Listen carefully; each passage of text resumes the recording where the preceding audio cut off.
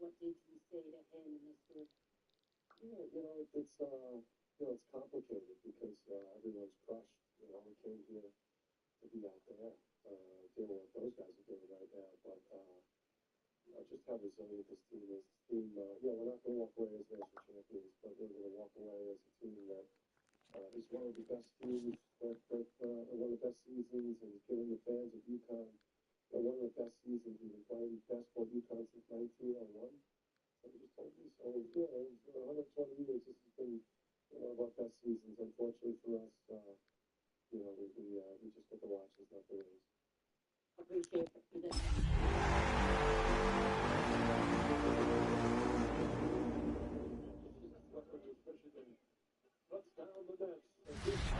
So much NFL history has come from within the walls of Soldier Field here in Chicago. And we're happy to return to it once again in its final chapters as an NFL stadium. Coming up, we have a good one for you. Between the Minnesota Vikings and the Chicago Bears. On the visiting sideline, look at the head coach of the Vikings. His guys off to the kind of start they needed this season. They're 3-1 thus far. On the other side, the head coach of the Bears. His guys with the crowd at their backs, and things only going to get louder once this game begins.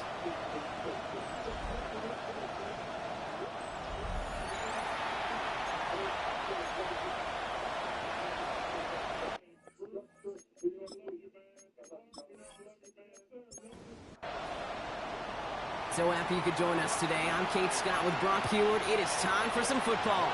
And here we go from Chicago. There's a return from the 7. Pretty solid field position starting out here, Brock. He's tackled at the 29. So out come the Bears, ready for their first possession. And they're brought out by a player with immense expectations and promise in the league. He was picked first overall in 2024 out of USC, Caleb Williams. As a QB in this league, if you're going to finish a game with no touchdowns on that side of the stat sheet, then you better finish it with no interceptions as well.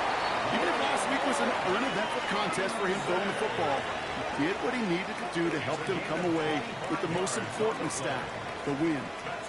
This one goes for an even 25 yards. And that'll be first down, Chicago.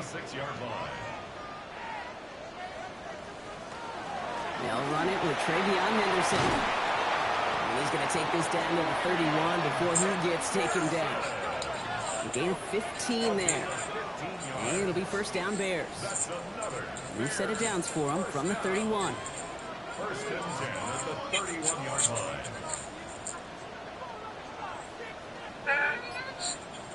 First down throw by Williams. He isn't holding up. They're able to drop it. And the big play drives them backwards. Second down coming up. And right there's the danger, Kate, when you put the ball in the air. How many times do we see these coordinators, when you get a nice run, right, you gain some steam on the ground, you stick with the ground game. They don't, they call the pass, and the defense reacts, and reacts well with the sack. He's forced out of bounds after a nice play there, but still, Brock, not enough to avoid third down. 13 yards. It's now 3rd and 2. Henderson on his own lead. This gets the first and more. And he takes this one in for a Chicago touchdown. The Bears start the game off right with a 6-0 lead. That right there, partner, that is not a team who looks like it is a steep underdog. That is exactly the type of start they needed. And I can imagine being in their old building might be playing a part in it. Yeah, and we know that home field advantage really benefits the defense more than the offense. As an offense, you just want to do your part. You want to light the fire and let those fans really let their voice be heard. It should benefit their defense immensely. That one right down the middle. And the Bears will jump out to a 7-0 lead. Here's Reichert set to kick this away. Fields this one at the 3. And this drive will start inside the 25. So we'll see the Vikings offense now for the first time. And they're brought out by the 10th pick of the 2024 draft, a national champion at Michigan, J.J. McCarthy. You know what I like, Kate? I like that even though he got burned a couple times last week, had the interceptions, he didn't let that throw him off his game and make him gun shy, pushing the ball down the field. And look what that mindset got him as a result. 3 touchdowns, and much more importantly, a win. That one goes for 17 yards and moves the chains. Only took them one play, Brock, and they have already made it to the 40-yard line. First down, and they go right back to it. And they're all the way across midfield before he's brought down. And gain 11 on that play. And that means a fresh set of downs for Minnesota.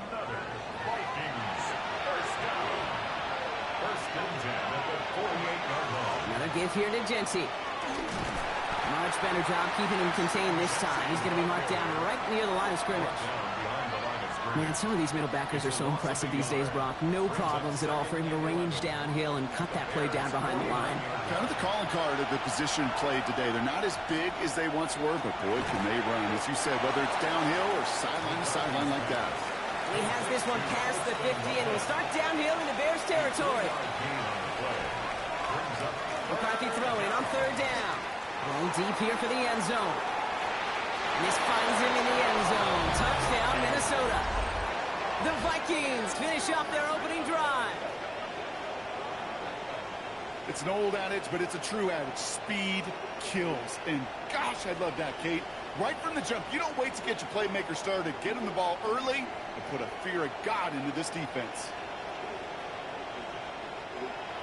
Kicking team out to try the extra points.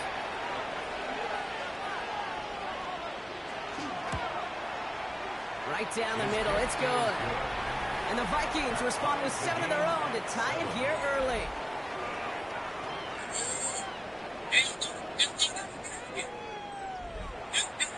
So we've got a tie ball game now as they send this away. Fielded at the 7. Escapes a defender. Coverage team gets him down at the 26-yard line. The Bears offense out there for their second drive of the contest.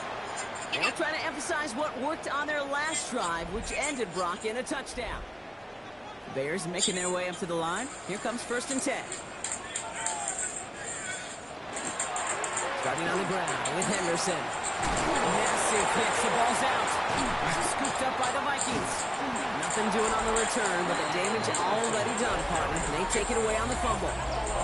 This really should be the last place and the last down you expect to fumble out. There's still 2 or 3, maybe more to work with. Just take care of the ball. Go down when you're hit and set up for 2nd down. Choose any character. It's so good for... Now for the second time this game, we get a look at this Vikings offense. And I'm pretty sure, Brock, they hadn't even all sat down on that sideline yet to rest. And now they're right back out there with a great chance to repeat their last touchdown. And you will take that every day of the week and twice on Sundays. You don't mind at all. You got that defense right now reeling after the touchdown. Look at where they start with the football now. The best of the best, they just have this intuition, Kate. They know where the boundary is without looking. This receiver's not quite at that level yet. He lost track of where he was, and he brought it in. Out of bounds. That's complete to the back, Ashton Genty. And a nice game here, but it stopped short of the first. We'll go with a design keeper. 7 yards on that pickup. And the Vikings are going to have a first down. A 7-yard gain. And the Vikings first down. A gain of 7. First down, Minnesota. Working inside the red zone. The left side is hauled in by Loveland. And they get this down to the 10-yard line before going down. It's a double-digit gain, 10 yards, and now they've got 1st and goal. First down. 1st and goal, Minnesota. Flag down. This could be a free opportunity for the offense. It's a screen play to Genty. And good tackle, but a flag is down, likely against the defense. Easy call for the officials there. He was offsides at the snap, and that's going to cost him. Still first down. So now, following the penalty, here's 1st and goal.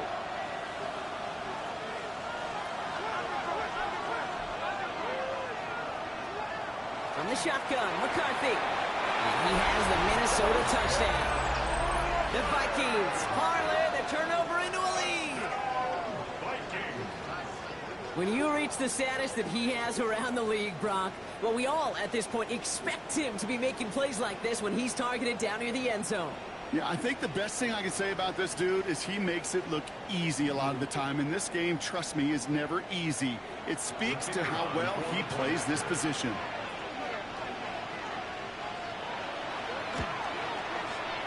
That one splits the uprights. And the Vikings take the lead here, 14-7 in the first. The Vikings have it teed up, and play resumes with the kick. He fields it from the 8. He stopped on the run back of the 27. Chicago getting set to take the field down. They watch their fumble turn into points, so feeling maybe a little bit of an urge to make up for that now in this series. Offense into the shotgun set as they line this up. 1st and 10. Out of the gun, here's Williams. It isn't holding up. They're able to drop it. And after one play, this drive might already be in trouble. That's going to push him back for 2nd down. Sometimes I wish everybody could feel what that feels like. When you're a QB and you just feel the air in the pocket getting sucked out and you know there's no escape, it can be just one heck of a deflating feeling. Not for that defense who puts a sack on the board. After the sack, let's see what the offense does here. 2nd and 18 coming up. They've got a man in motion.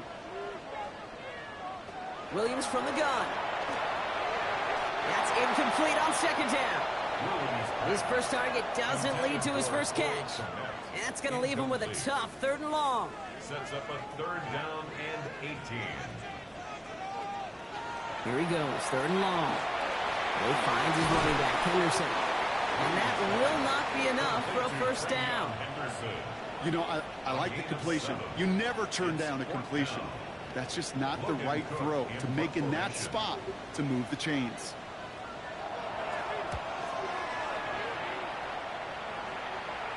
Fair catch made here at the 30-yard line. The Vikings now set to take the field. They have played lights out on offense. Scored their first 2 times out, Brock. A chance to go 3 for 3 and grow that lead here. So 1st and 10 now from the 30. Off the play fake. It's McCarthy. Throw left side. Complete. And this is going to be out of bounds. Defense catches up to him near that 45. 1st and 10 at the 44-yard line. On 1st down, Gentile. And he's only able to get back to the line. It's going to be 2nd down. Job one, so many D tackles in this league is eat up space. Don't get moved off your spot. But the difference makers, they just not only eat the space, they eat those runners too. Has him on the quick hitter. And the gain only about 2 before he heads out. That means they're going to face 3rd down. To the air on 3rd and long. Catch is made down the right sideline. It's a Minnesota touchdown. The Vikings grow their early lead to 13. So sensational work by the skill man there, Brock. Anytime you can make your quarterback look that good, you know he appreciates it. That's a quarterback's best friend, no question. But on the other side, gosh, defensively, you got to get that skill player down. Period. End of story. You can't give up that much yards after catch. Now they'll see if they can tack on one more. The point after splits the uprights. And the Vikings double their lead to 14. 21. Bears 7.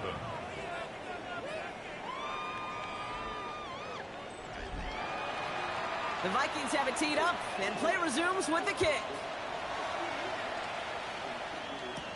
Here's a return from the 7. And he's brought down just inside the 25.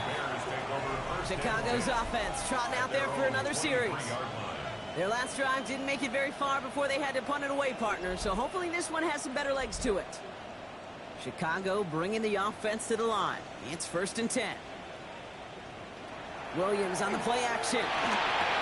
Looking to his fullback now. And he'll be brought down along the 25-yard line. A gain of a yard. Brings up 2nd and Working from the gun, Williams. Short pass brought in. And he's hit just before he can pick up that first. A third and short coming up from the 33. It's a gain of 8. Brings up 3rd and 1. Williams with the sneak. And he's going to be touched down as he gets him enough to pick up the first down. It's a gain of 2. And the Bears first down. 1st and 10 at the 35. All set to go now from the 35.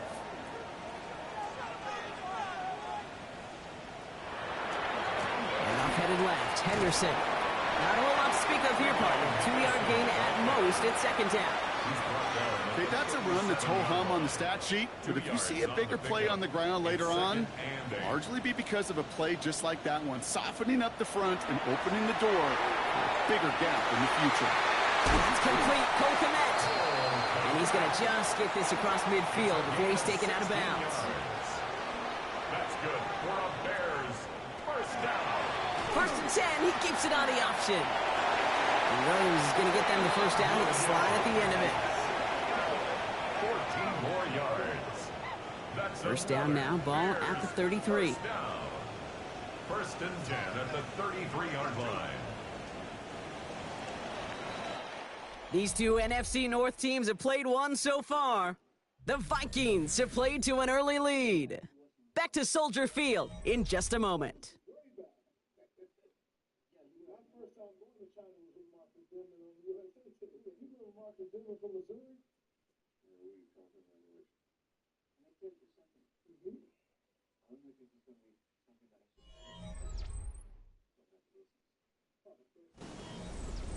We're back and all set for the 2nd quarter. Bears football. They're looking at yet another 1st and 10 on this drive. Shotgun handoff to Henderson. And 2nd down's going to be a good bit tougher. He can't even get back to the line. This play loses yards. He is quickly making a habit out of wrecking plays, Brock, and it doesn't seem to matter what type of play that is. It's what the best of them do. We talk about just the versatility of offensive players being dual threats. This guy's a dual threat. He gets the pass, and that time stuck in the run. Decent game here, but short of the first. Okay, number 9 of the drive. This is going to be 3rd and 5 to go. Makes it 3rd and now Williams has his man caught by Odunze. And they're going to be set up with a 1st and goal here from the 7. It's a gain of 20. That's another Bears first down. 1st and goal at the 7-yard line. Double coverage, a deal breaker for a lot of QBs, Brock, but less so when it's a target you trust. You know, it's interesting, Kate, even 20-something years ago, watching Marvin Harrison and Peyton Manning work, every defense would go into every game trying to double cover him, but yet those two, well, like we just saw right there, just got it done regardless. That's not a big completion on a stat sheet, but that's a big contested, what I call gritty catch right there. And that's what the best tight ends will get you.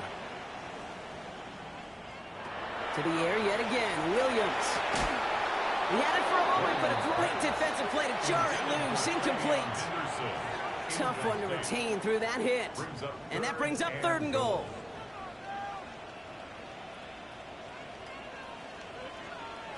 Sticking in the air, it's Williams. And that is caught. Touchdown, Chicago. The Bears make it a 1-score game in the first half. Well, we all know that he's somebody they like to have working down near the end zone, Brock, and there is so many ways they know how to use him down there. Now, things are constantly different down there when you're trying to defend him, which is what makes defending him so tough, borderline impossible at times. He can make the smallest little tweaks to his route just like a receiver would, and it's a totally different animal, a nightmare for these defenses. That one right down the middle. And the Bears chop the lead in half. It's down to 7. And just like that, we're back to a one-possession ball game as the kickoff is away. Brings in the kick at the 9. Showing a little burst so far. Nice effort here. They're going to tackle him just shy of the 35. The Vikings and their QB J.J. McCarthy returning to the field on offense. And we're all hoping his hot start can continue. He's been putting up some numbers early in this contest. First play is going to be against Genty. And he has enough room to gain about 4. You know, Kate, that might be a little bit of a disappointing run to him. He wanted more. They always do. That's exactly what they were after offensively to get this drive moving.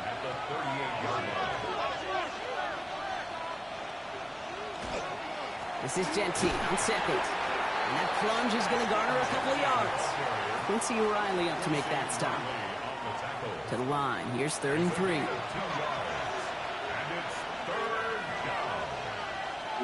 Back to throw. Here's McCarthy. Throwing all the way to the end zone here. And he's going to score. Touchdown, Minnesota. The Vikings take a 13-point lead.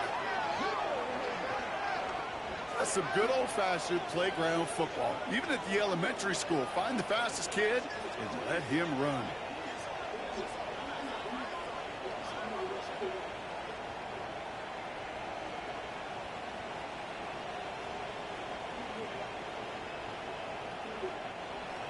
PAT effort coming up.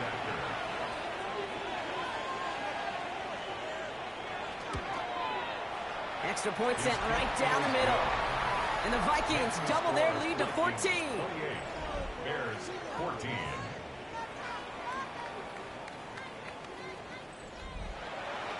The Vikings have it teed up, and play resumes with the kick. This return starts at the 5.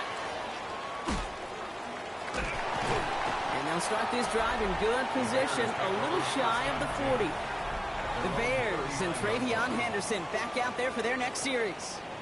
They really have the passing game clicking on that last touchdown drive, partner. We'll see if they stick with that or if they mix things up a bit on this series. Henderson here from the gun. He starts out this drive with a nice gain of 8, second down. That is just a great drive starter. What every offense wants. Gives you a little bit of energy, a little juice, and now a really manageable second down. This is Henderson, second down. And he made a bid for midfield there, but stopped on his own side at the 49. He only finds a window for 2, but that's still enough for a first down. First down. 1st and 10 at the 49-yard line.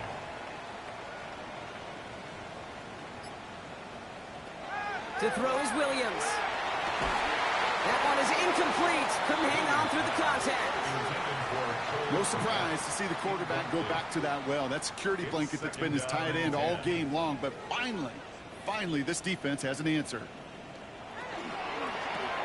Williams with a quick pass out wide. And the defense waiting for him at the line, and he goes down. A gain of 1. Brings up 3rd down and 9. 3rd down. Here's Williams. The Vikings bring pressure, and they got him. And that is 3 sacks for this defense in this contest, and that one forces a 4th down. Okay, it's pretty clear, isn't it? It's this constant pressure that this defense has imposed on this offense to keep them out of rhythm and build up this lead. This offense is not going to author a comeback if this quarterback continues to run for his life.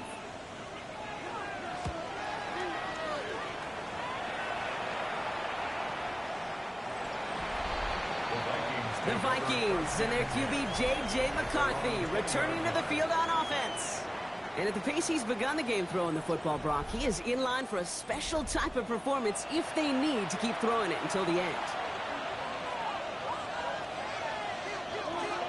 Giving this to Gentile. Jukes away from one. And he's taken down after a very productive effort there, Brock, up to the 40-yard line. They get 20 yards out of the play and move the chains. The Vikings, first down. 1st and 10 at the 40-yard line.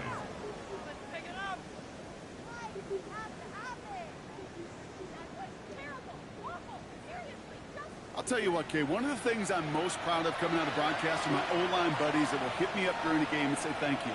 Thank you for finally showing some love and giving some light to what those big boys are doing up front. I got to play with some of the best to do it. I got to see it up close and personal. Because of it, I'll never forget it. And they just showed up on that run. Brings up 2nd and 9. Operating from the gun, it's McCarthy. Finds him over the middle. And he's going to get this up to the 45 before he's brought down. Here they come. This is 3rd and 5. That's a gain of 4. From the shotgun, McCarthy. Toward the sideline, and he's got it. He's down inside the 40 before he's escorted out.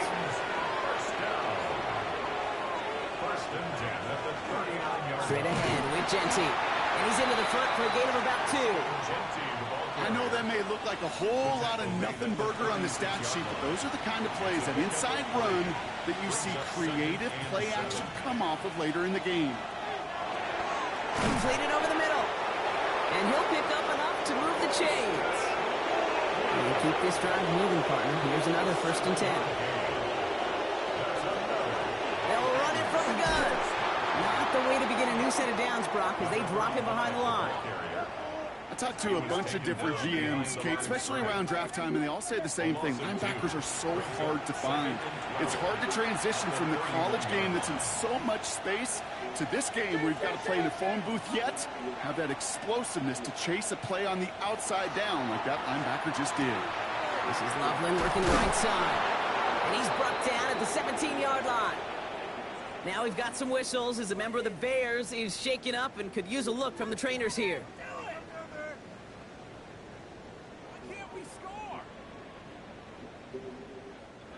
Offense getting set. Here's first and 10. They'll run here with Amari on Hampton. And he'll bring it to the end zone. Touchdown, Minnesota. The Vikings make it a 3-possession game. So great work by the running back there, Brock. He saw a little bit of space, took advantage, and he took it all the way for 6. So good, Kate. You'll hear running back coaches say the slow to and then explode through. And that's exactly what he did. Slow to the hole, but explodes for the touchdown. That one splits the uprights. And the Vikings stretch their lead to 21. Bears 14.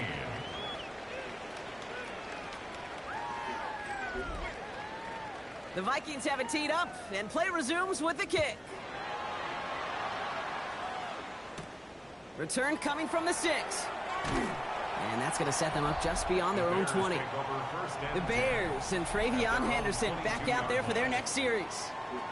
They're down 21 now after that last score and in need of a comeback as we work through this game.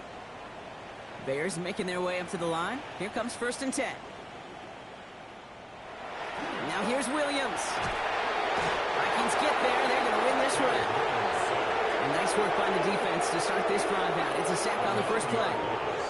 I think we've reached the point of the game, Kate, where I got to make my PSA.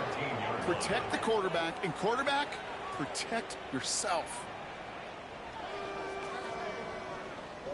Second down and 19 yards to go after that sack.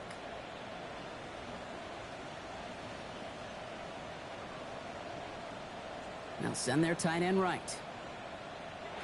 Here's Williams. The right side hauled in by Kinetik. And they will finally catch up to him just a second before he could reach that 40. They strike for 23 yards. And that'll be first down, Chicago. We've set it downs from 37.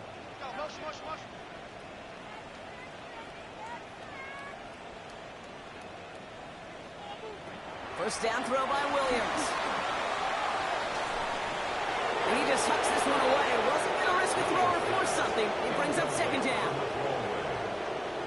It leads to second and 10. Out of the gun, here's Williams. Jump off caught by his back. And he maybe got back to the line there, but no further. A gain of 1 brings up third down and 9. Here's Williams again. Full left side finds Burden. And in a blink, they are off to midfield before somebody manages to stop him. 13 yards on the play. And the Bears first down. First and 10. Again, it's Williams. Has him on the quick hitter. And this is going to go as a gain of about 3 before he's met and escorted out. Second down now. They need 7. Williams from the gun. The Vikings bring pressure, and they got him. The Bears decide to call their first timeout. And they'll take a moment to ponder what the call is going to be on third down.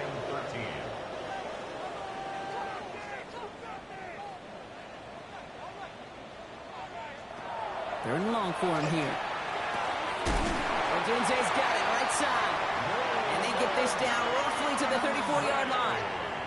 What a play on 3rd and 13, and this drive will indeed continue. That's another Bears first down. You know, they call that the money down for a reason, because you're just simply not going to last long in the NFL if you don't convert a good portion of your third downs. It's the money down. And nice to see them roll the dice and continue the series. And Williams is going to get them the first down with a slide at the end of it. So a new set of downs. Here we go, 1st and 10. First down. 1st and 10 at the 19-yard line. In the red zone on 1st. Defender arrives right as the ball does, and the hit knocks it free. Incomplete. Brings up 2nd and 10. 2nd and 10 now. Williams. Cut near the goal line. And in for the Chicago touchdown. The Bears chop some of the lead off before the half. Great opportunity to find a touchdown there, Brock, and they come through with 6. Receivers want the ball everywhere on the football field. But you start smelling the end zone, they really want their chance. And they will tell you as a quarterback, just give me an opportunity and I'll make a play. He sure did. Reichard there to tack on the extra points. And the Bears get it back to a 14-point game. Here's Reichard set to kick this away. Will Reichard to kick off. Fielded at the 7. He dodged the tackle. And a decent run back is going to end as they bring him down inside the 30. This offense headed back to the field, led by their receiver. And they've had a real connection looking his way in our opening half. Seems pretty clear that he's the one the coverage is going to have to adjust to and start slowing down.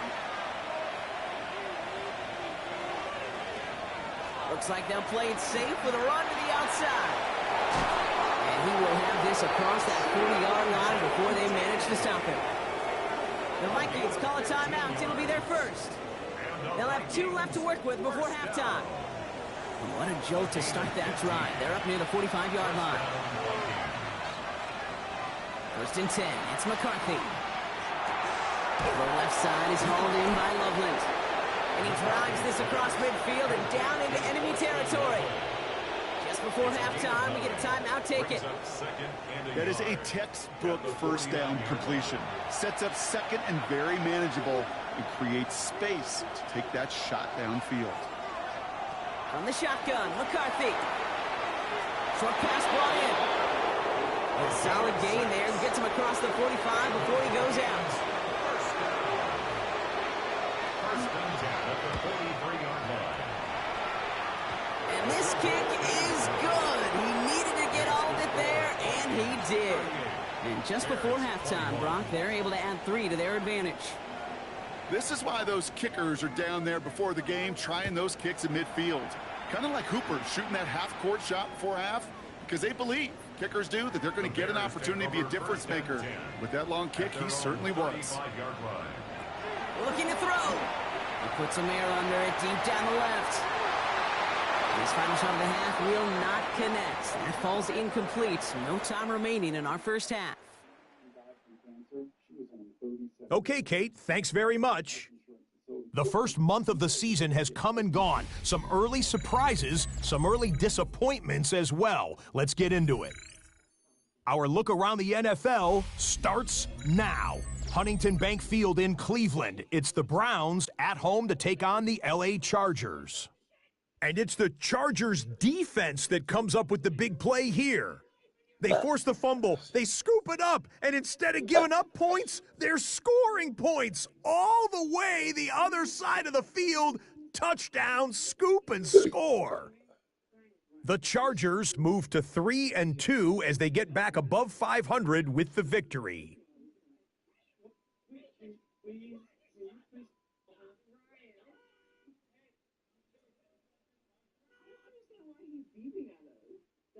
From there, it's off to Atlanta. Let's look in on the Falcons. They're playing host to the New Orleans Saints.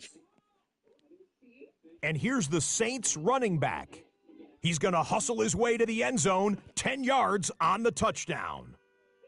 The Saints with an important W. They didn't want to start 1-4, and they won't following their victory here. Lastly, let's go out to the desert, Glendale, Arizona. The Cardinals hosting the Seattle Seahawks. And it's the Seahawks quarterback. He went for more than 300 yards passing, including this, one of his 3 touchdowns through the air. The Seahawks get it done within the division as they come away with the victory. With that, here's a look at the rest of the action from around the NFL here in Week 5, the first weekend of October. Meanwhile, in our game, both teams have been able to move the ball effectively. It might be a question of which defense can make a stand in the second half. As we get you back out to Kate Scott and Brock Heward.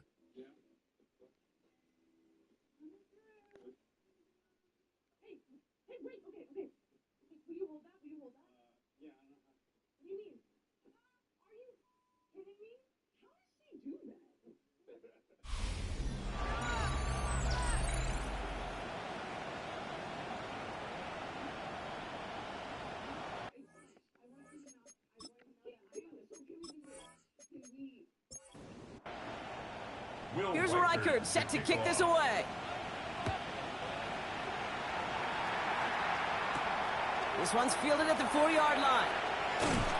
And in the end, he's able to get it to what used to be a touchback. It's at the 25-yard line. At their own 25-yard line.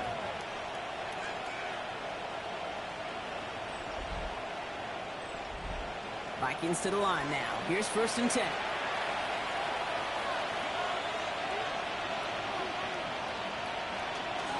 Shotgun give here to Genty. Escapes the defender. And he's taken down, but not before he gets this one to the 41. A pickup of 17. And that means a fresh set of downs for Minnesota. And the Vikings, first down. Back to Genty. And he's going to have this up and across midfield, partner, to the 48. And that one goes for a gain of 11. And the Vikings are going to have a first down. First down. A gain of 11 on the play. And the Vikings. Play action, McCarthy. Pass hauled in by the rookie from Miami. And they're going to get just inside that red zone on the big play, down to the 19. How about 29 yards on that play, partner, as they get the chains reset.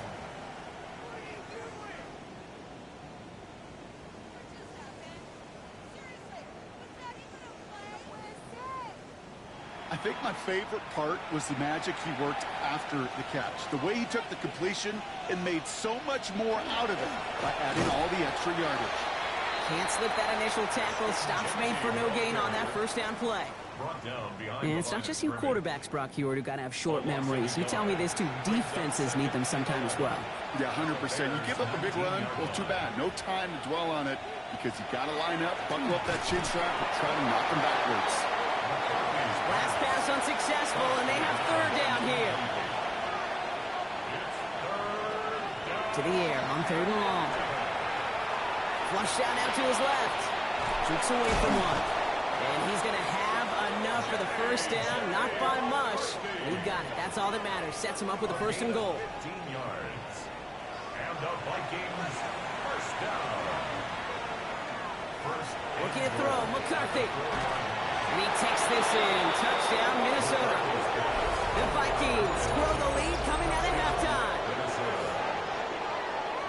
Well, this machine has been firing on all cylinders this game, partner. And it continues firing as that lead grows yet again. And those who've tried to get in the way of that machine you're talking about, namely the defense, well, they've paid the price over and over and over again. Lining up now to try the extra point. Right down the middle, it's good. And the Vikings make it a 24-point ball game. Bears 21.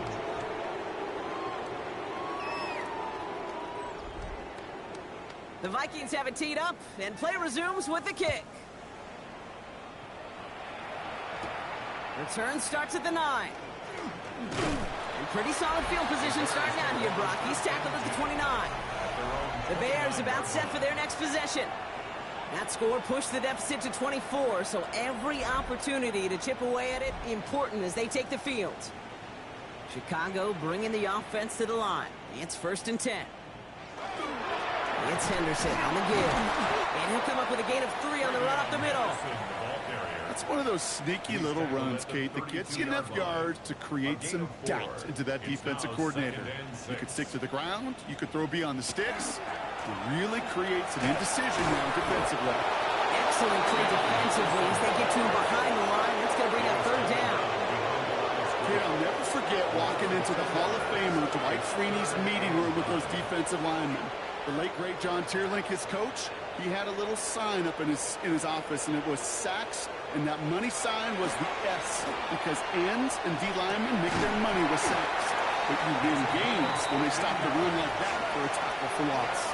They'll get 14 yards and a new set of downs. Markers are reset. Here we go. Ball at the 44. Henderson's going to take this straight ahead. And he'll cross the 50 and start pushing onto the opposing side of the field. Good rip on 1st down. That brings up 2nd and 2. So much to like about that run, Kate, particularly what he was able to get out of it. The defense, I think, feels a little fortunate they were able to track him down before an even bigger run and crossing that first. Oh, someone stepped in. It's intercepted. Mike Sandra still makes the play. And the Vikings will take over as he records his first interception of our season. Our coaches just love that effort right there. Instantly, as he made the pick, everybody was looking for a block and doing their part to set up the return. And I know it pales in comparison to giving up the turnover, but how about the effort on the other side to track him down and stop potential pick 6? I think everybody deserves a little credit on the field for that effort. Now the Minnesota offense trotting out. And unsurprisingly, Brock, a great day on the scoreboard so far for him. Has him with the advantage as we move through this 3rd quarter.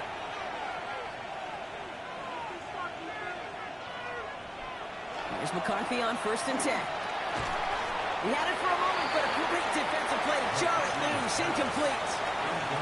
So we're working from the 30 as they line this up, 2nd and 10. McCarthy to throw it. Pocket isn't holding up. They're able to drop it. And that's going to add some distance onto this upcoming 3rd down.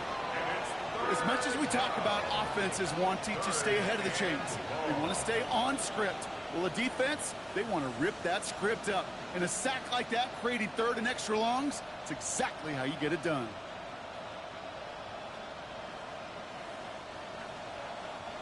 Bears bringing out an extra DB here, 3rd down.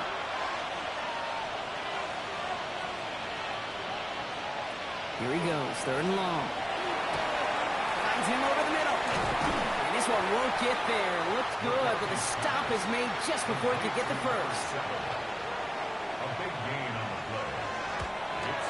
And it is good. No problems there on the shorter attempt. And that grows the lead to 27.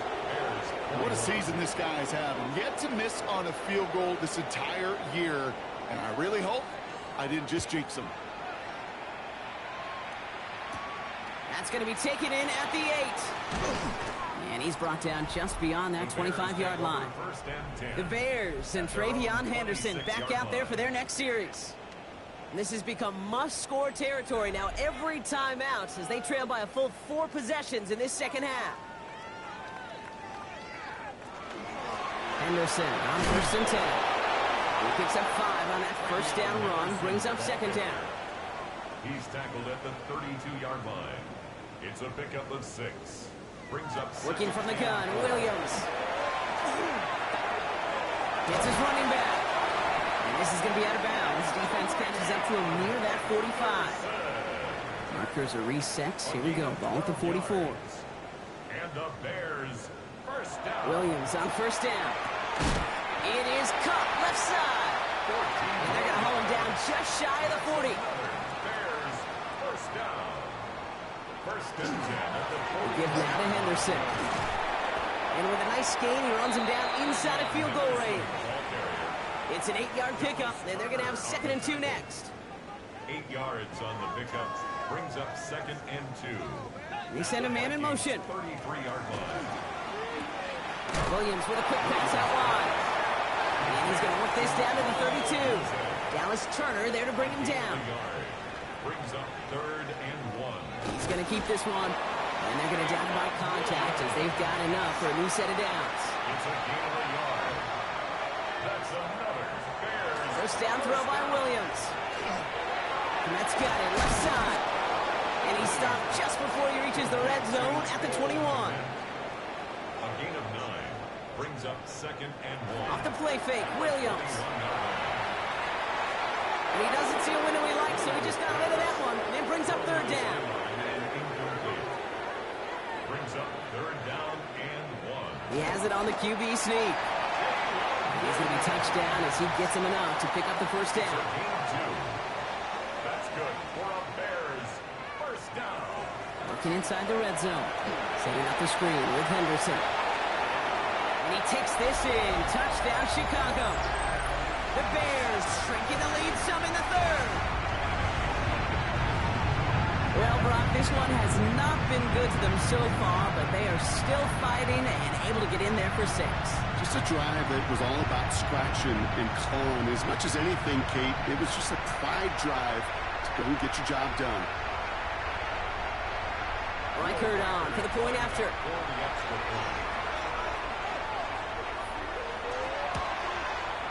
The point after splits the uprights. And the Bears still have a lot of work to do, Brock. It's a 20-point difference now.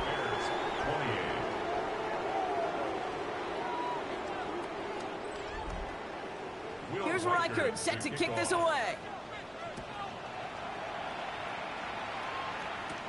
Here's a return from the 7.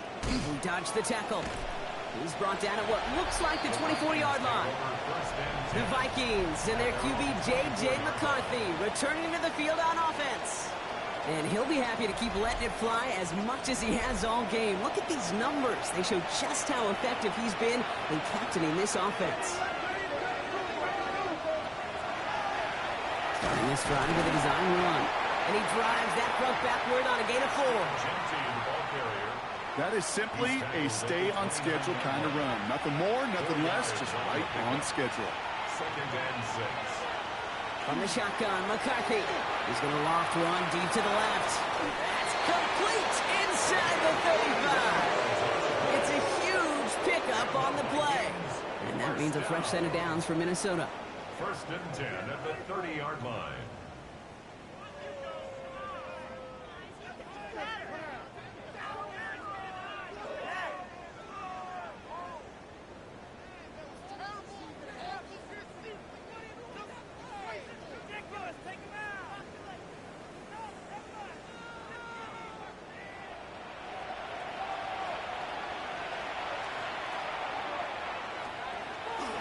And off to Genty. Escapes the defender. Gets it ahead, has about 5 yards. Tackle made by Jaquan Brisker. First down run, nabs him 5. Now 2nd and 5.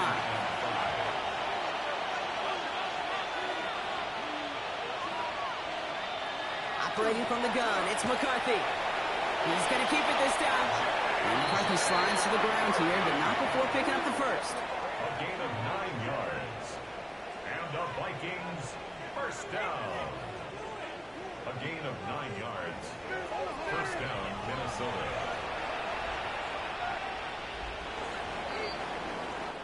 So we hit the end of the 3rd quarter.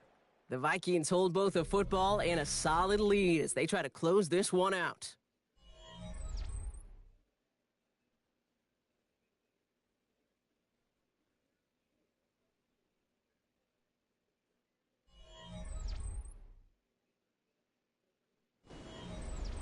They'll come up on 1st and 10.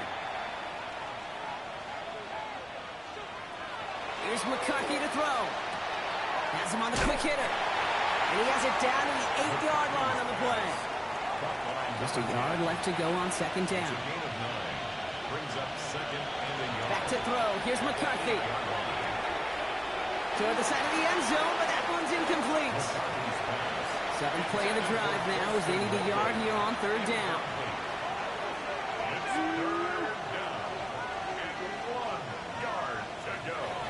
Looking to throw on 3rd and 1. That's Cox. This is Loveland. It's going to be short of that goal line, Brock, but not of the marker. They've got a 1st and goal. 7-yard gain. That's another Vikings first down.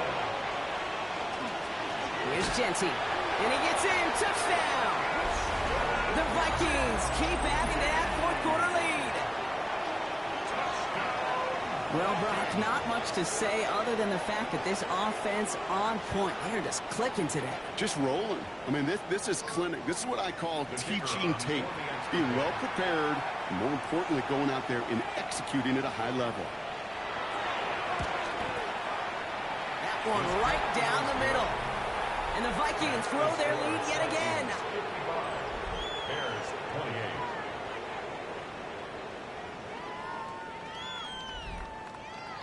The Vikings have it teed up, and play resumes with the kick. Starting from the 5. And this drive will start inside the 25. The Bears and Travion Henderson back out there for their next series. And as some running lanes have closed, he's just found some new ones. Continuing to hit this defense, more good numbers well into this second half.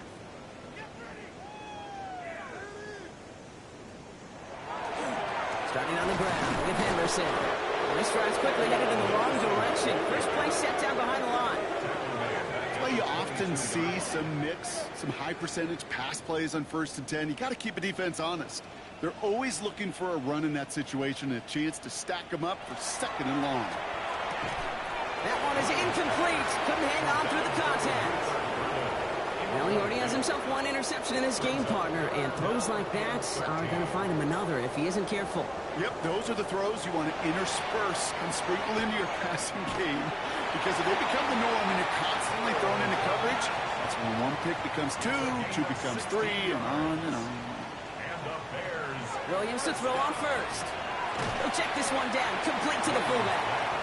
And not much doing. He stopped quickly. A gain of 4. It's now 2nd and 6. At the 42. To the air yet again, Williams. He throws a bullet deep to the right side. Defender arrives right as the ball does, and the hit knocks it free. Incomplete. Incomplete. Brings up 3rd down. 3rd down. Here's Williams. Yards to go. And even on 3rd down, he sees no choice other than to get rid of it. Not the play they wanted. It's going to be 4th down. They're going to go for it here, trailing in the 4th.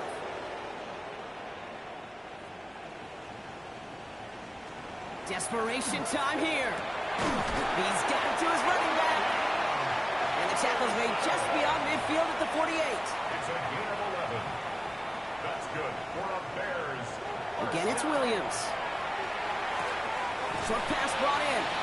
And they're going to get to him after a gain of close to 5 as they send him out.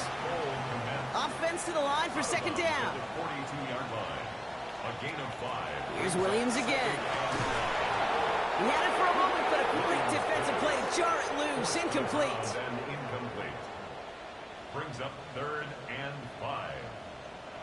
Williams to throw on 3rd. Passing struggles bleeding over from that last play. He's forced to get rid of this one.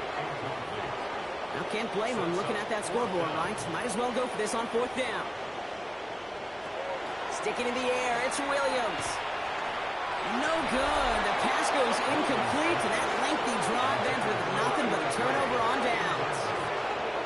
You know, Kate, I don't think I've ever met a defender that cares. All they want to do is get off the field. Doesn't matter if it's a drop pass, deflection, breakup, even an interception. Challenged by the offense to get one more stop to get off the field, and that's exactly what they did. So good field position to start with for the Vikings. It's 1st and 10. Zone read, they'll give it to Genty. And he'll be stopped after just about a yard. 2nd and 9 coming up. I don't think that's the amount that they were looking for there, Kate. Going to lead to some shuffling around here in the playbook. Find a more aggressive call on 2nd. Last run, not a lot of help, Brock. 9 to go now on 2nd down. Setting him on the dive. And that 2nd down run is only going to manage a yard. Let's see what they draw up on this 3rd and 7. A gain of a yard. Brings up 3rd. To the air on 3rd and long. Completed over the middle. And he's down. Looks like they made the stop at the 46-yard line. A gain of 9 Give him yards. 9 on that play, and it's enough for the first. Vikings, first down. A gain of 9 yards. First down, Vikings. McCarthy fires out wide. Complete. He's forced out of bounds after picking up about 7. 7. Out of bounds at the 39-yard line. McCarthy throwing here. Brings up On the left side. And they get this down to the 28. Bringing the offense up to the line. 1st and 10. First down. Genty from the gun. And they're going to be humbled here on 1st down. Going to wind up losing yards on this play. Quick save. Offense to the line. 2nd down. Brought down back at the 31-yard line. Off play action. It's McCarthy. Completed to his running back. And he's brought down. They're going to mark him at the 14. That'll go for an 18-yard gain. And the Vikings are going to have a 1st down. 14-yard line.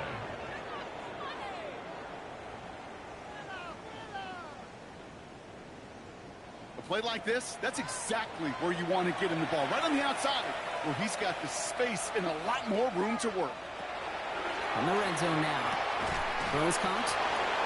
Hey, you like these results on 1st. That completion right there, right in the window where all options are now available to you on 2nd down. That playbook wide open. And it's another 1st down on this drive. Man, this time they're into 1st and goal.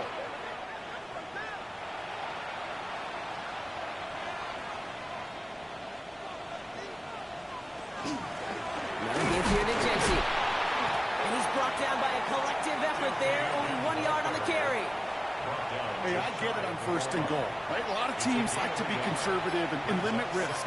Even if a run is stopped short, you still got 2, sometimes 3 downs to play with. Running it with Hampton. And the scoring will never end. It's another touchdown. The Vikings continue piling it on here in the 4th. Well, we all knew what was coming when they got into that goal line formation, didn't we, Brock? And they just pound the rock in for an old-school touchdown. I just sometimes love that stuff. Yep. Nothing fancy, nothing cute. Here's our formation. You know we're running right at you, and we challenge you to stop us, and you can't. That one splits the uprights. And the Vikings continue piling on to this lead.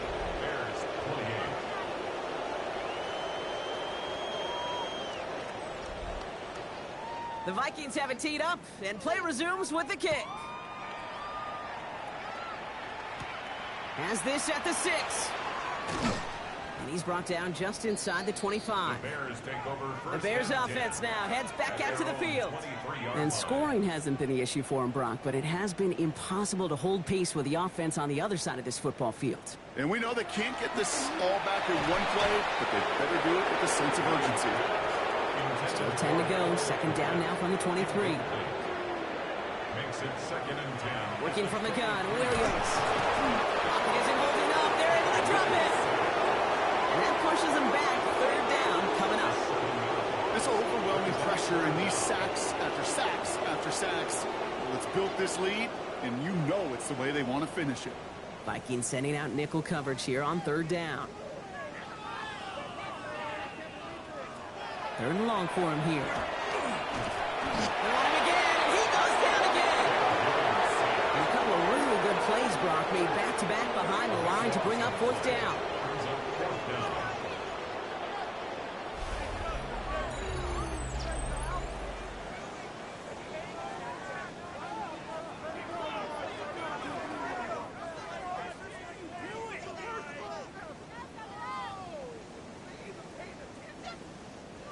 It's the 2-minute warning from Chicago. Bears trying to do some window dressing. Chicago brings out the punting unit. And after that drive went backwards, he's going to send this one forward. He gets it out of there, and this has some distance. And he'll signal the fair catch. Brings this one in comfortably right at the midfield stripe. The Vikings and their QB J.J. McCarthy returning to the field on offense. So good field position to start with for the Vikings. It's 1st and 10. And he has continued to own this defense and keep on throwing that football, partner, making this performance one that he's going to remember. But as you like to say, the defense would probably rather forget. 2nd down, still 10 to go after that incomplete pass. Giving this to Genty. Oh, what a hit! Jars the ball loose! And the Bears say they have it. Looks like they do! Well, sure, you're looking to try to get a 1st down on 2nd down. You're trying to create a manageable 3rd down, but I'll tell you what you're not trying to do, ever, is give the ball away. And that's what the offense does to the defense right there. Here come the Bears back out on offense. And they'll get one final chance in a game that, to put it mildly, Brock, has been a bit of a miserable experience for them.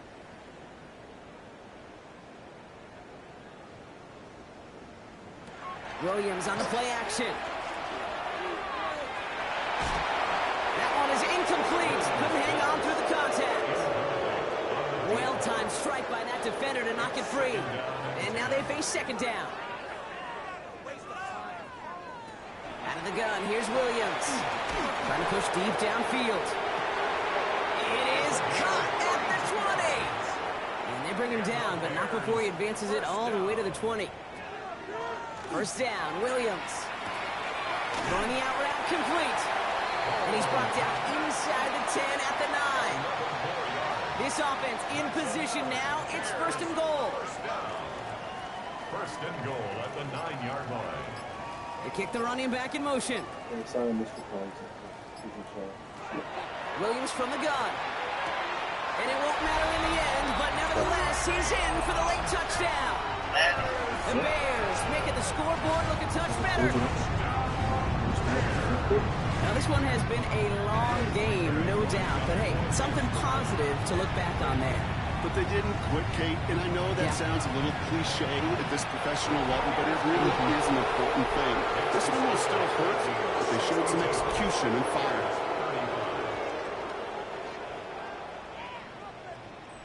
Will Reichert. Here's Reichert set to kick this away. Brings in the kick at the 9. Coverage team gets him down at the 26-yard line. The Vikings and running back Ashton Jeanty headed back out there. And his production is carried over into this second half. He keeps on running well, even with the workload they placed upon him.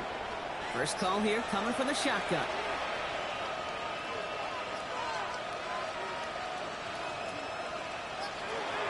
First play is going to be a give to Jeanty.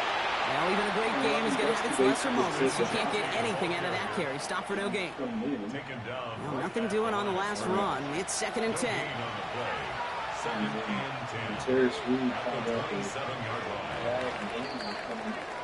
So the Vikings pick up the win on the road. Man, they were facing a top-5 defense this week, Brock, but they made them look anything but. What a great performance to get this win. Yeah, you can come in, Kate, with this awe and mystique of, gosh, we're facing one of the best defenses in the league, but as soon as you get those first points, you realize, you know what? They're mortal just like the rest of us, and they took the fight right to them. Starting spot. So for Brock Heward, everyone here on our great crew, I'm Kate Scott, and this has been the NFL on EA Sports. The Vikings emerge as winners, as we say so long from Chicago. Pay those people. So if they agreed with Vlad,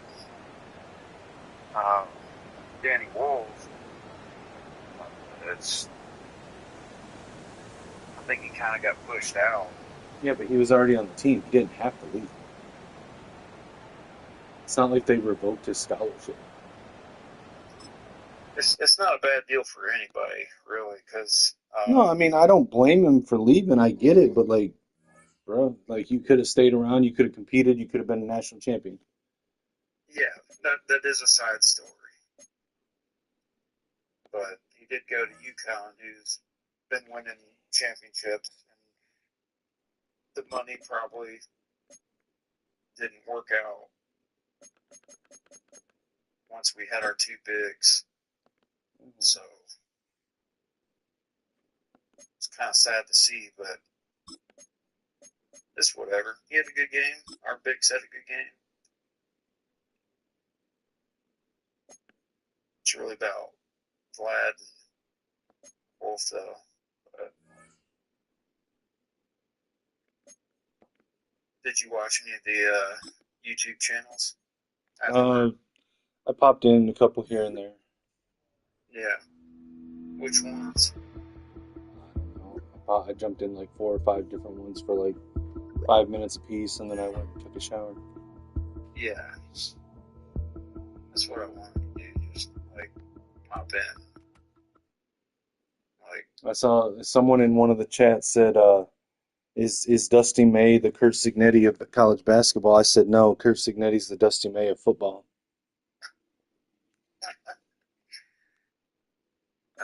that's not wrong. They're both studs. Got to get them paid. And now you got to give them NIL too. So I mean, I'll go so far as to say that Dusty May is a better basketball coach than Signetti's a football coach, and here's why I say that. Dusty May recruited his team through the portal out of necessity, not inability to recruit high school. Kurt Signetti has never shown the ability to recruit high school. I think that's fair, but they're going to have a good class.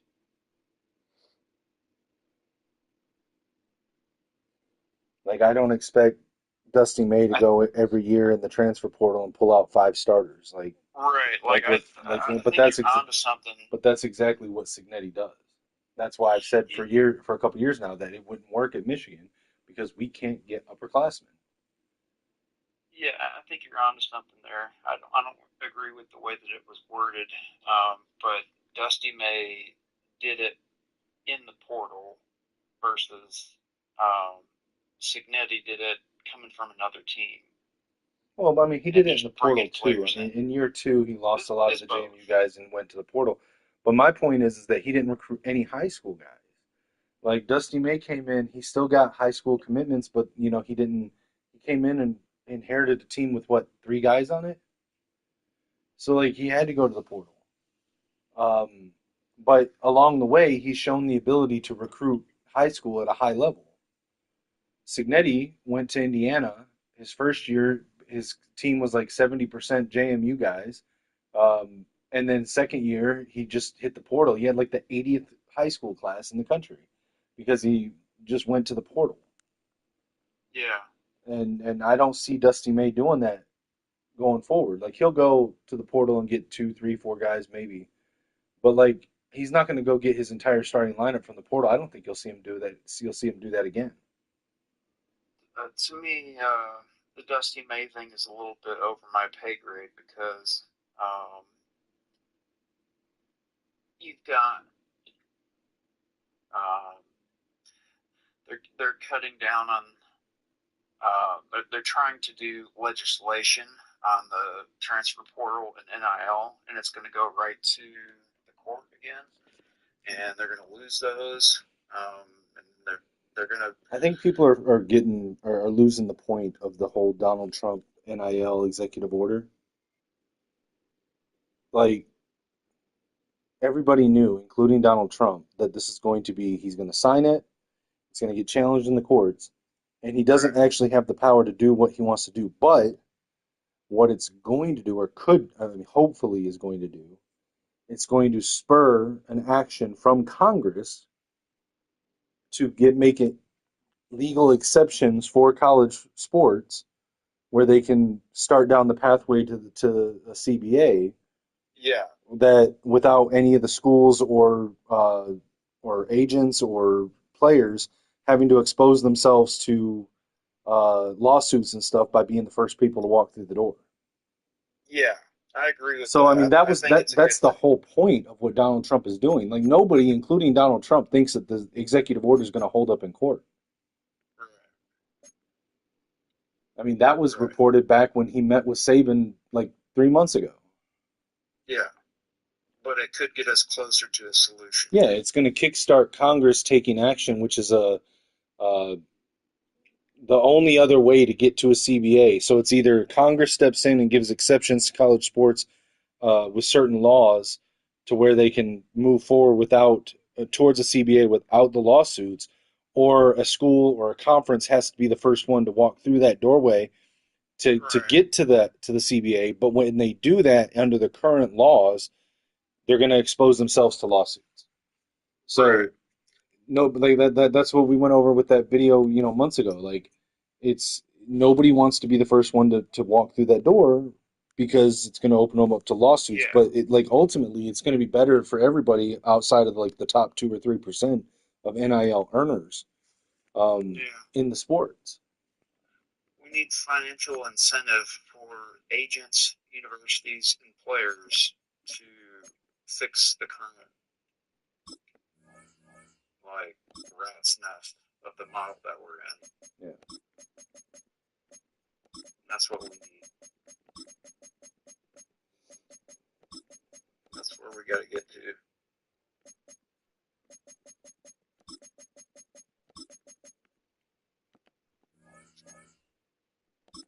Not just like, what's the most money? Because it's going to get worse before it gets better.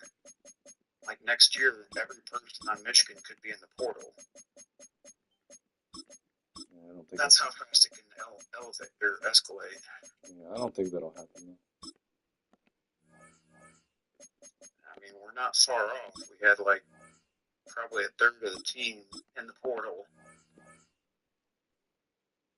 We're not far People want off. to leave, let them leave. Fuck them. That's not like that. Like they come back. It's not like if you want to leave, leave. It's that they have financial incentive to do it, to go to the portal. So it's going to continue to escalate because that's going to be the trend that shows that's how you get the most money. And the agents are going to push that because that's how they get paid as well. There needs to be financial incentive to do something different. And that's what the problem is. But I mean, it's not like financial incentive is the only thing there. Like you've got the pro potential development incentive. You've got educational incentive. Like if the people advising these kids are only worried about money and not worried about their future and development, then they need better people advising them.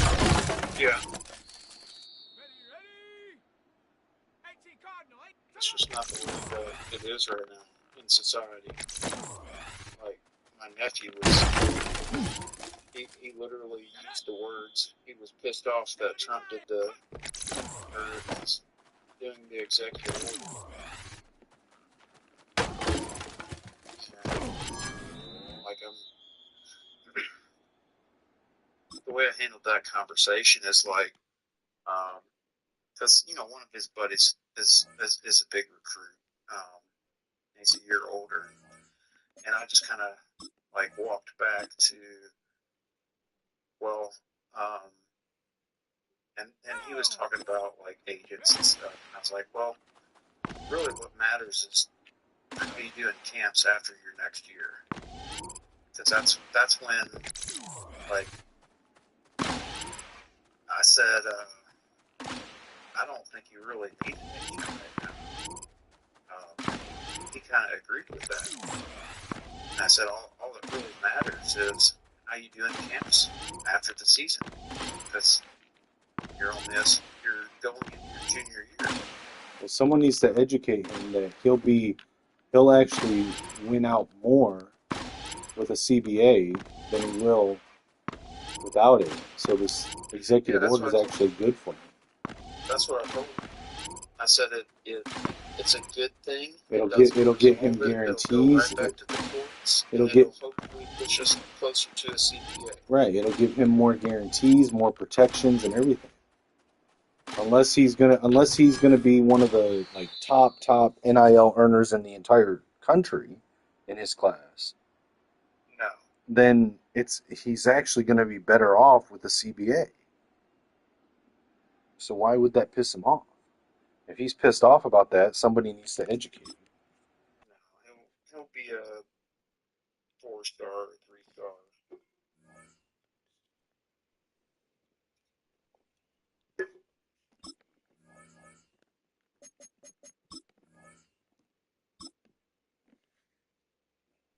I know this is harsh for me to say, but any student athlete who thinks that the end all be all is the NIL negotiation. And then it hasn't materialized yet, so it's not. Yeah, I think just little nuggets that I say help, like our conversation today. I don't think it matters yet. Well, no, but he's got to go through his junior year. No, but it would matter. Coach McCann's the guy that he advises a lot of people, and he's one of the few like super honest people that I've met. And like he's the one that advised Savion Hyder, but he advises a ton of athletes. And he's legitimately like trying to look out for the kids. Yeah. Um, no. I mean, they have the money to do something like that, but Well, I don't know what he charges or what his agreement is. I don't know if he gets anything until before the kid gets the NIL package. I'm just saying, like, he's an honest dude that would help him understand that it's more than just NIL. yeah. Like, he actually tries to look out for these kids. The problem is, I don't know. He knows what he wants, and my sister is now single, and it was good because she said um, she was encouraging him to reach out to the Davidsons. I think his name's Devon. He won the Miami camp. Yeah, QB. I saw something about him earlier that he's down to like So seven. we know them. We know those guys, those people, that family. They're good friends. I actually worked with his dad in tech, but I have to be in a position where it organically comes up, and then I'm in position to like speak into his life in a real way. I can't just like from the outside be like, this is what I think he needs to do, because it's just not like that.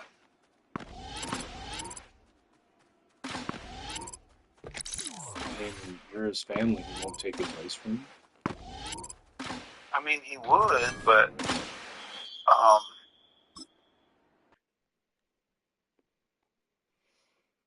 I mean, I'm not trying to tell you what to do. Like it's up to you. I'm just saying like I don't understand how he wouldn't be receptive if you were like, hey, I've got a friend that knows this guy that works in the as an agent slash advisor, and would you be willing to talk to him? I mean, I guess I'm just like it's cart before the horse. Like I'm not um, an advocate of a sophomore who hasn't even played his junior season yet, well, it doesn't dealing with matter. an NIL agent. It doesn't matter. He's already getting recruited. So like if he's already getting recruited, if he's already getting having people come at him with offers and talk and stuff like that, like you want him to have an advisor to help him navigate through it, somebody that's been through those conversations. You don't want to. It's like getting somebody into acting and telling them, hey, you're just it's your first couple years in the business. You don't need an agent. Just handle the negotiations and stuff yourself. Like he's already getting recruited. He's already getting visits. He's already getting offers. I just think it's cart before the horse. But it's not though. Like cart before the horse would be if you were talking about doing it before he started getting recruited. I just think it's unhealthy. Like he's going into his junior season next year. Well, it's unhealthy with the wrong type of person, but it's healthy with the right type of person. Yeah, I don't know how to explain that. I disagree, and I think there's I think your junior year is your prove it year, and I don't mean that by your season stats. I mean it in like camps. Yeah, but why wouldn't you want him to have somebody that knows the system, that's been through it, 100 times, working through that with him as he goes to the camps and gets recruited? Like, why would you not want that? I Why just think why it's would you not even just want to real throw him yet. into the pool and say, well, sink or swim? I just don't even think it's real yet. I mean, but okay, so you don't know if it is or not. So let's play that out. If it is real, or well, I'm sorry, if it's not real, then no harm, no foul, right? And if there it would be harm how because he's got these expectations to be all this. At he's the already next got those level. expectations. Okay, that's fair.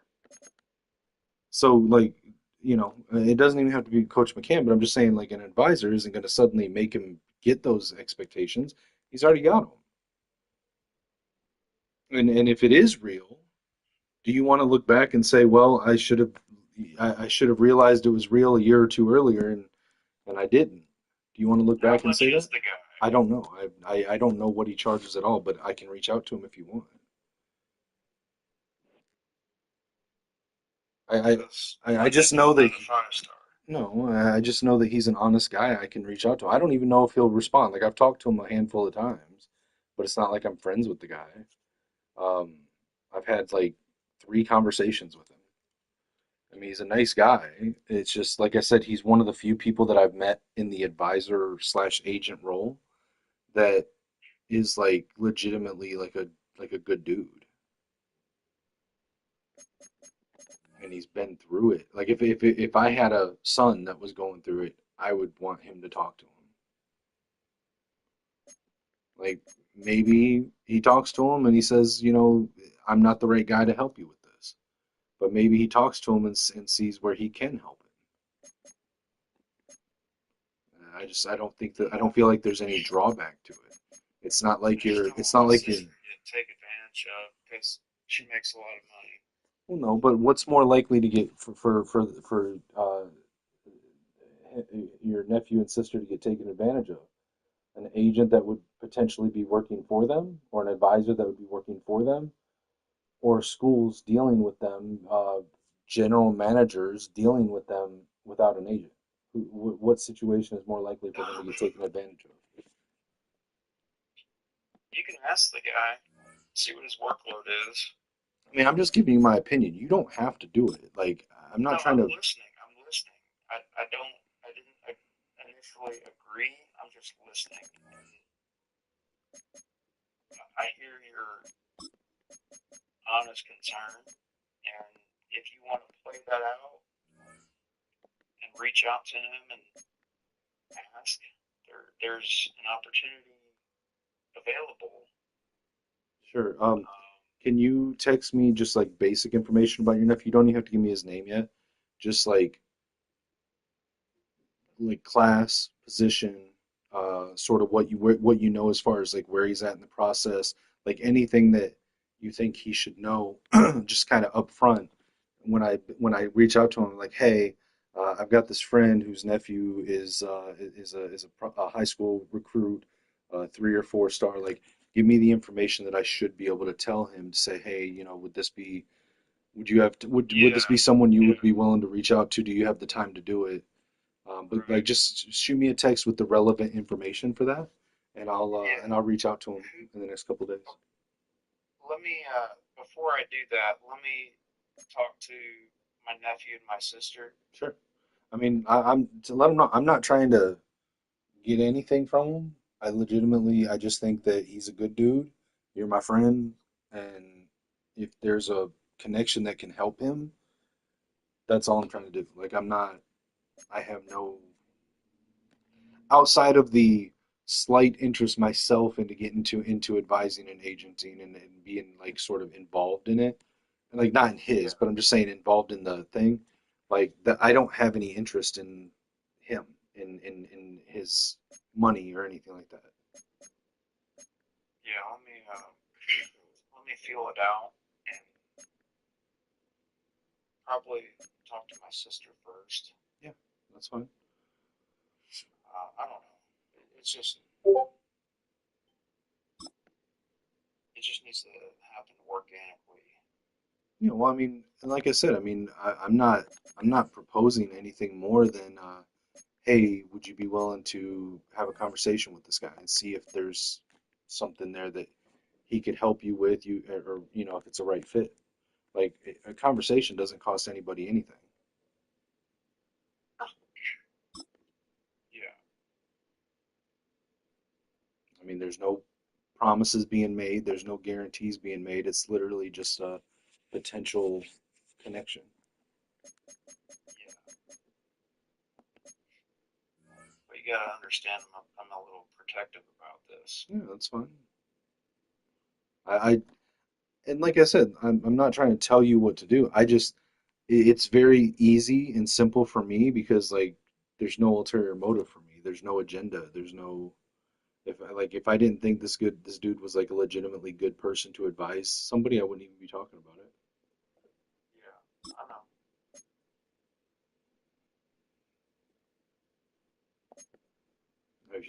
If you don't want him, I can ask Kyoki who Micah uses. I mean, I'm just saying I can help, like Yeah, sort of make that connection to help him. yeah. I think